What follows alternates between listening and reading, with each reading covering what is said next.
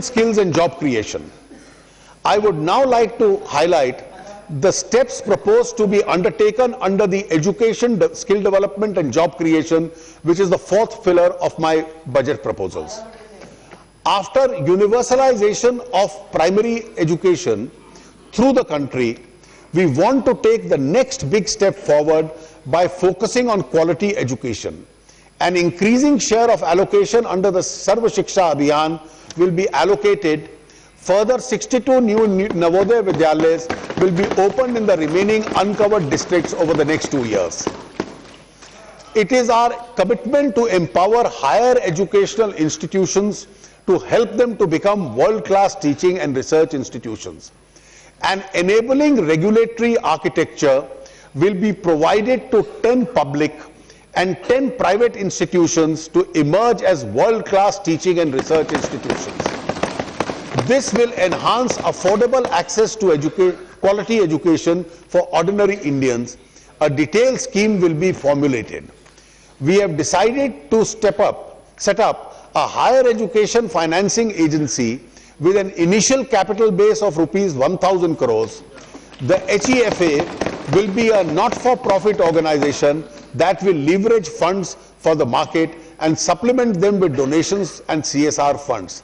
These funds will be used to finance improvements in infrastructure in our top institutions and will be serviced through internal accruals.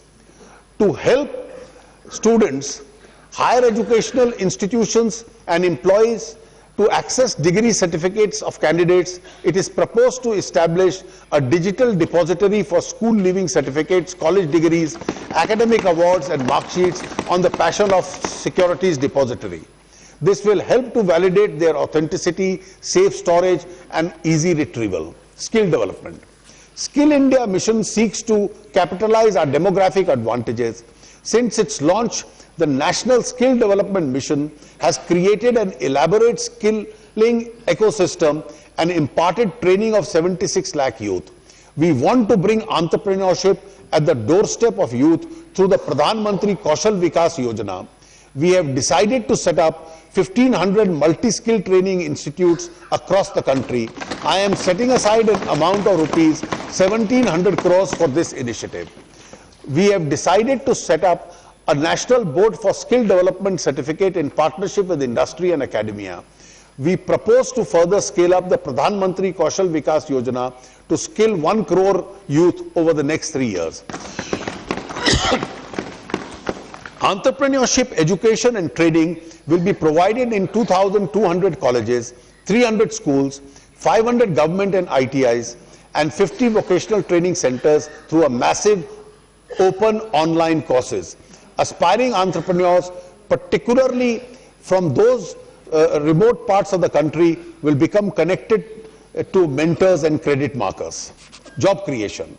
In order to incentivize creation of new jobs in the formal sector, the government will pay the Employees Pension Fund contribution of 8.33% for all new employees enrolling in EPFO for the first 3 years of their employment. This will incentivize employers to recruit unemployed persons and also bring them into the books, the informal employees. In order to channelize this intervention towards target groups of semi-skilled and unskilled workers, the scheme will be applicable to those with salary up to rupees 15,000 per month. I have made a budget provision of rupees 1,000 crore in this scheme. Further, Finance Bill 2016 proposes to broaden and liberalize the scope of employment generation incentives available under Section 80JJAA of the Income Tax Act. The deduction will be available not only to assessees deriving income from manufacturing of goods in a factory, but all assessees who are subject to statutory audit under this Act. Thus, a deduction of 30% of the emoluments paid to such employees can be claimed for 3 years.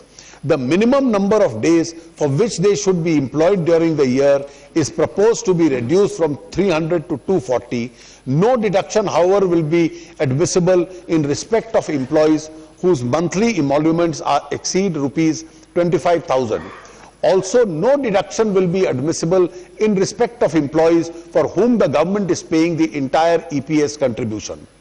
A national career service was launched in July 2015. Already 35 million job seekers have registered on this platform. We propose to make 100 model career centers operational by the end of 2016-17. We also propose to interlink state employment exchanges with national career service platform.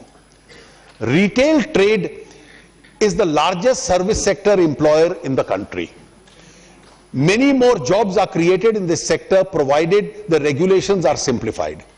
If shopping malls are kept open all 7 days of the week, why not small and medium shops? These shops should be given a choice to remain open on all 7 days of the week on voluntary basis. The interest of workers in terms of mandatory weekly holiday, number of working hours per day, of course, has to be protected. We propose to circulate a model shops and establishment bill which can be adopted by the state governments on a voluntary basis.